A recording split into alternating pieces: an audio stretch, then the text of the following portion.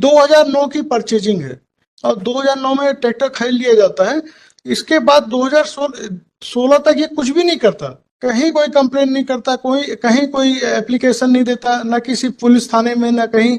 और ये 2016 में अचानक से एक कंप्लेन फाइल करता है कि 2009 में जो ट्रैक्टर खरीदा गया था वो पुराना ट्रैक्टर खरीद लिया गया था और पैसे का गबन किया गया था। कि 2009 में जो परचेजिंग हुई, इसको उसी दिन से इस बात की पता थी कि क्या परचेजिंग हुई है, सही गलत जो भी। ये 2016 तक बैठा रहता है और 2000 इस बीच में ये कहीं किसी पुलिस ऑफिसर के यहाँ कोई रिपोर्ट नहीं करता है। देखो क्रिमिनल ट्रायल में कितना आप उस पे ये कंप्लेन केस है सर, ये कंप्लेन केस है। कंप्लेंट केस भी तो क्रिमिनल ट्रायल बन गया। मैं मान रहा हूँ, लेकिन आप ये भी तो देखें, तो समझ के बताइए मुझे कि क्रिमिनल केस में delay in reporting the matter किस सीमा तक आपको लाभ पहुंचा रहा है। मैं कह रहा हूँ मुझे फांसी पे लटका दीजिए। तो मैंने सारे फाइल किए सर। आप जानिए मुझे कम से दिख रहा है। मैंने सारे ही फाइल किए हैं। ये कंप्लेन देख लें साहब, ये जो मैंने कंप्लेन लगाई है इसके साथ में। तो अभी क्या उनको सुने बिना डिसाइड करेंगे क्या? जी नहीं, ये पेज नंबर 18 में देखे मैंने कंप्लेन। डिवीजन को उनको सुने बिना डिसाइड करेंगे? नहीं ठीक, मैं इंटरिम रिलीफ के लिए निवेदन कर रहा हूँ। क्या इंटरिम रिलीफ? स्टे के लिए, फर्दर प्रोसीडिंग में काइंडली स्टे। उससे क्या होना है? जी उससे क्या होना है? चार्जेस चार्ज लग गए हैं सर, और आगे जाकर के प्रोसीडिंग कंप्लीट हो जाएगी। एक ही एविडेंस प्रोसीडिंग की आप एक नोटिस नहीं सर्व करा पाएंगे और पूरा ट्रायल खत्म हो जाएगा। मतलब दोनों का कोई बैलेंस तो देखिए ना। एक आपको नोटिस सर्व कराना है, उधर पूरा ट्रायल रखा हुआ है, 10 ही होगा। नोटिस सिर्फ एक ही, ये कंप्लेनेंट ही एकमात्र गवाह है। आप कंप्लेन तो देखे साहब, 1 मिनट में क्लियर हो जाएगा। ये 2009 की परचेजिंग है। 2009 में जब ये वार्ड मेंबर था और ये हम उस समय सीएमओ और अकाउंटेंट थे, तो 2009 में एक ट्रैक्टर परचेज करने का प्रस्ताव पारित होता है, जिसमें ये रिस्पॉन्ड नंबर 2 साइन करता है एज ए वार्ड मेंबर प्रस्ताव में, और 2009 में ट्रैक्टर खरीद लिया जाता है। इसके बाद 2016 तक ये कुछ भी नहीं करता, कहीं कोई कंप्लेन नहीं करता, कहीं कोई एप्लीकेशन नहीं देता, ना किसी पुलिस थाने में ना कहीं। और ये 2016 में अचानक से एक कंप्लेन फाइल करता है कि 2009 में जो ट्रैक्टर खरीदा गया था वो पुराना ट्रैक्टर खरीद लिया गया था और पैसे का गबन किया गया था। By these arguments I'll be impressed। जी मुझे सुनना है सामने वाले को। नहीं, आप सुने, मेरे को कोई तकलीफ नहीं है, मैं तो चाहता हूं कि सुने ही। मेरा सिर्फ इतना सा निवेदन है कि इस पॉइंट को देखें कि 2009 में जो परचेजिंग हुई, इसको उसी दिन से इस बात की पता थी कि क्या परचेजिंग हुई है, सही गलत जो भी। ये 2016 तक बैठा रहता है और 2000 इस बीच में ये कहीं किसी पुलिस ऑफिसर के यहाँ कोई रिपोर्ट नहीं करता है, कोई ऑडिट ऑब्जेक्शन नहीं है, कोई गवर्नमेंट की कोई रिपोर्ट नहीं है कि हमने इस पैसे का मिस एप्रोप्रिएशन किया है।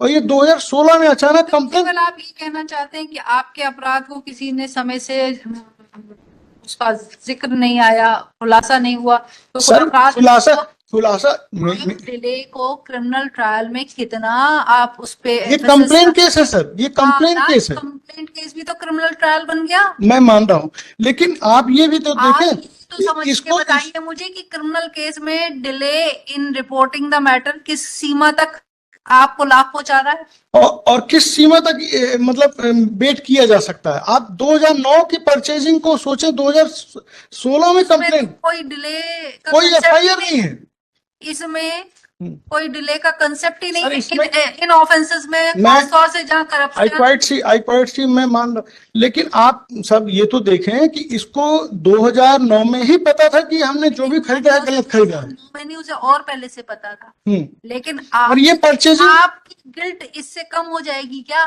मैं कह रहा हूँ मुझे फांसी पे लटका दीजिए। मैं उसकी बात नहीं कर रहा हूँ, मैं सिर्फ आपको नीचे करनी पड़ेगी। सर मैं सिर्फ एक ही निवेदन कर रहा हूँ, मेरी प्रेयर बहुत जेन्युइन है। मेरा कहना यह है, कंसेप्ट नहीं समझ रहे हैं शायद।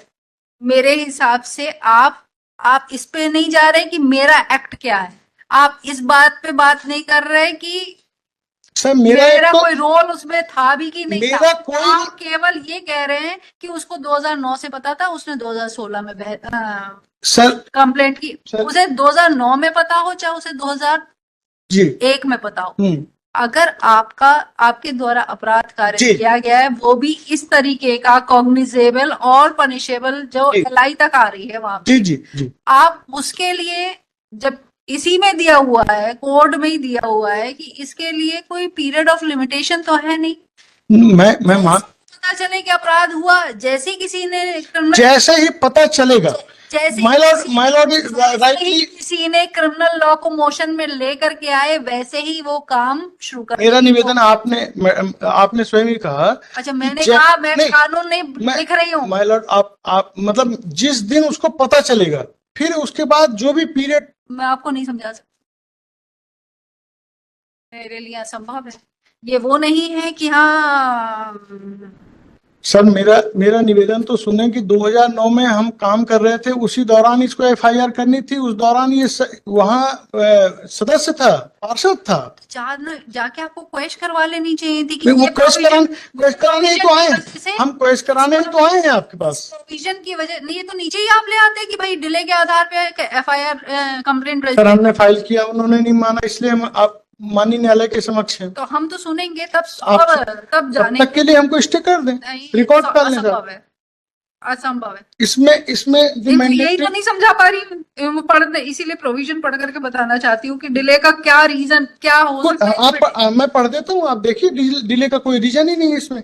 ये प्रोविजन मैं कंप्लेन पढ़ता हूँ, कंप्लेन में भी तो बताएगा, कि मैं 2009 से 2016 तक क्या कर रहा था। ये सेक्शन 5 लगा लेनी चाहिए थी उसको, आपका ऐसा कहना। सेक्शन 5 की बात नहीं, एक्सप्लेनेशन तो होना चाहिए, कि 2009 से 2016 तक मैं क्या कर रहा था। ये कहाँ है, ये कहाँ, कौन कह रहा है आपसे कि एक्सप्लेनेशन देना चाहिए? कौन सा प्रोविजन कह रहा है, बताइए ना प्लीज। मैं आपसे वही जानना चाह रही हूँ कि किस प्रोविजन में और अगर ऐसा प्रोविजन था तो आपको कोर्ट के सामने ही देना चाहिए। सर, दूसरा एक पॉइंट और है मेरा, ये 190 के अंतर्गत आवेदन पेश कर रहा है। क्या 190 cognizance of any offence, the period of limitation केवल कुछ कैटेगरीज में है, for other there is no period of limitation. अब आप कहें कि एक्सप्लेनेशन देना चाहिए था, वो तो इस प्रोविजन में नहीं दिया हुआ। आपको जिस प्रोविजन में मिल रहा था वो आप नीचे मूव कर सकते थे। सर, मेरा एक जजमेंट है, अपने हाईकोर्ट का ही है, जस्टिस राजमोहन सिंह साहब का। उन्होंने ये इस जजमेंट में ये होल्ड किया गया है कि कंप्लेन केस फाइल करने के पहले पुलिस किस धारा का, किसी भी धारा का नहीं मटेरियल है, किसी भी धारा ही तो मटेरियल है। ये पढ़ देता हूं मैं, आप कहें तो।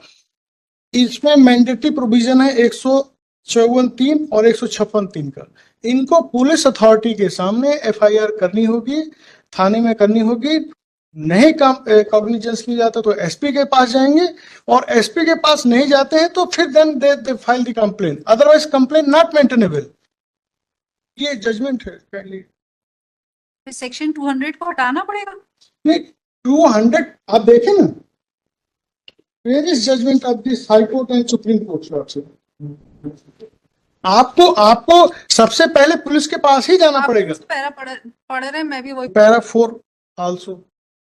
ये क्या था, ये थोड़ी था कुछ जी, ये कोई ऑब्जर्वेशन थोड़ी है, ये तो लर्नेड काउंसिल का आर्गुमेंट था। हाँ, आर्गुमेंट था, ऑब्जर्वेशन फाइंडिंग नहीं थी। इसको कोर्ट ने ऑब्जर्व भी किया, और judgement has passed the order of the trial court. बहुत ज्यादा आपको समझाने की मेरी आपको वक्त तो नहीं बची। कंप्लेन को ही देख ले साहब, ये कंप्लेन 190 में तो कंप्लेन फाइल ही नहीं होती, 190 में तो मजिस्ट्रेट को कॉग्निजेंस लेना होता है। ये जो मैंने पेज 18 है, पेज फाइल किया है, इसमें इनकी कंप्लेन है, वो सेक्शन ही गलत है। 190 में इन्होंने कंप्लेन केस फाइल किया, जबकि कंप्लेन केस 200 में फाइल होगा। 190 में तो मजिस्ट्रेट कॉग्निजेंस लेते हैं, और कोई डॉक्यूमेंट संलग्न नहीं किया है। या तो आप पहली बार मेरी कोर्ट में आए हैं, या आप सोच रहे हैं कि मैं पहली बार बेंच पे बैठी हूँ। मैडम, शायद ऐसे स्टे नहीं हो सकता तो रिकॉर्ड कॉल कर लें। ऐसे नहीं स्टे हो सकता, ना ही रिकॉर्ड कॉल हो सकता है, दोनों ही चीजें नहीं हो सकती। सब फिर पहले रिकॉर्ड नोटिस तो हम कर देते हैं, फिर वही बात आएगी कि रिकॉर्ड नहीं है। रिकॉर्ड चाहिए भी नहीं हमें, आप ही को सारा रिकॉर्ड रिवीजन में फाइल हमने तो फाइल कर दिया है, बस हमने जो किया बहस करनी है, जो आपने फाइल किया है उसी पे हमें बहस सुननी है, उसी पे हमें ऑर्डर करना है। ठीक, आप जितना फाइल करेंगे बस उतना ही देखेंगे, उसके बियॉन्ड हम कुछ नहीं देखेंगे। ठीक, on payment of PF within returnable within 3 weeks. 7 days notices be issued to respondents through RAD mode, returnable within 3 weeks. List the matter thereafter. Returnable date में kindly fix lordship. 3 weeks.